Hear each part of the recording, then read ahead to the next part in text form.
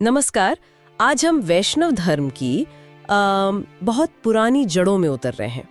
ये प्राचीन परंपरा कहाँ से शुरू हुई और कैसे इतने लंबे समय तक बनी रही।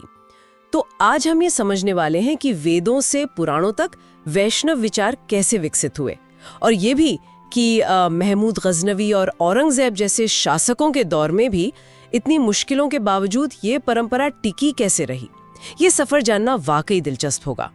चलिए इस पूरी कहानी को परत दर परत खोलते हैं। शुरुआत वेदों से करते हैं। जानकार मानते हैं कि विष्णु और वैष्णव सोच ये वैदिक काल से ही जुड़े हैं। हाँ। ऋग्वेद में विष्णु पर करीब 85 ऋचाएं हैं और उन्हें एक अहम देवता माना गया है। ऐतरेय ब्राह्मण में तो उन्हें देवता से भगवान का दर्जा दिया गया है, और यहीं से भागवत धर्म नाम भी सामने आता है। हाँ, और गौर करने वाली बात यह है कि वेदों में विष्णु को त्रिविक्रम या सूर्य जैसे नामों से उनकी ताकत का अंदाजा लगाया गया है। भग शब्द जिसका मतलब ऐश्वर्य या संपन्नता होता है, उसी से भगवान यानी ऐश्वर्य देने वाले की कल्पना निकली। अच्छा। और ये भागवत धर्म का आधार बना।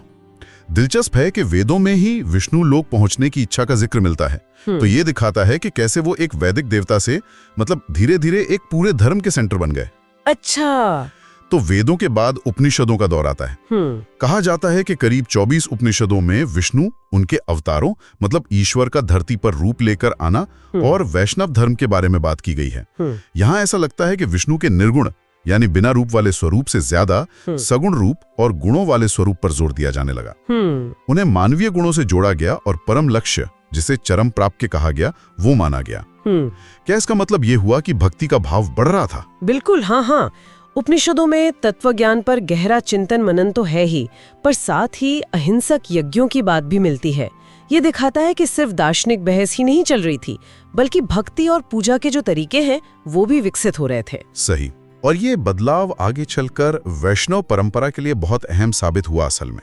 और फिर स्मृतियां आती हैं, जैसे नारद स्मृति, पाराशर, मनु स्मृति। इनमें वैष्णव सिद्धांतों के आधार पर समाज और घर गृहस्थी के नियम बताए गए हैं। हाँ।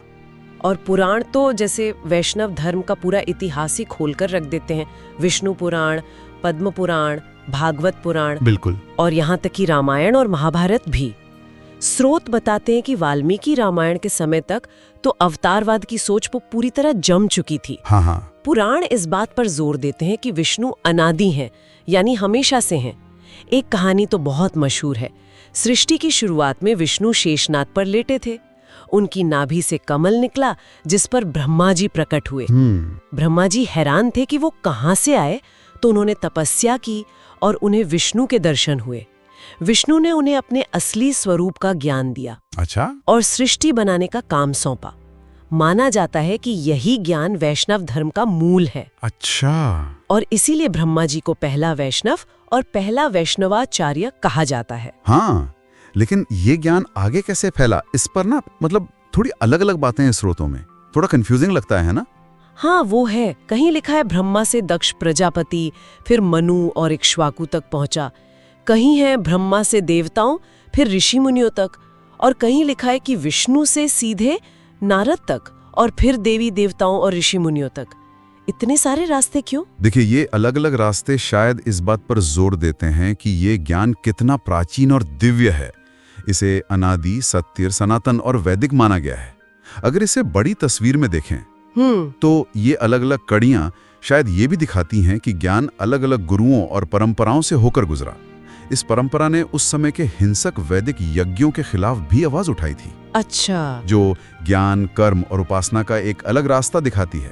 शायद यही लचीलापन भी इसकी ताकत बना एक तरह से। तो हमने देखा कि कैसे वेदों के इशारों से लेकर पुराणों की बड़ी बड़ी कहानियों तक वैष्णव धर्म की जड़ें कितनी गहरी फैली हुई हैं।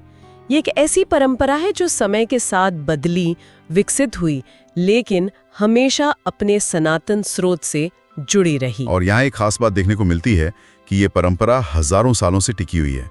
कई बड़े ऐतिहासिक उतार चढ़ाव देखें, बाहरी आक्रमण सहे, अलग अलग शासकों का दौर देखा। हाँ। लेकिन फिर भी ये बनी रही और खुद को हालात के मुताबिक ढालती रही।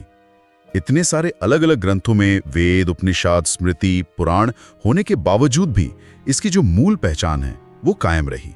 ये अपने आप में बहुत बड़ी बात है। बिल्कुल। ये एक सोचने वाली बात छोड़ जाता है आखिर में कि ब्रह्मा या विष्णु से ज्ञान फैलने के जो अलग अलग रास्ते बताए गए, क्या वो आज भी प्रासंगिक हैं?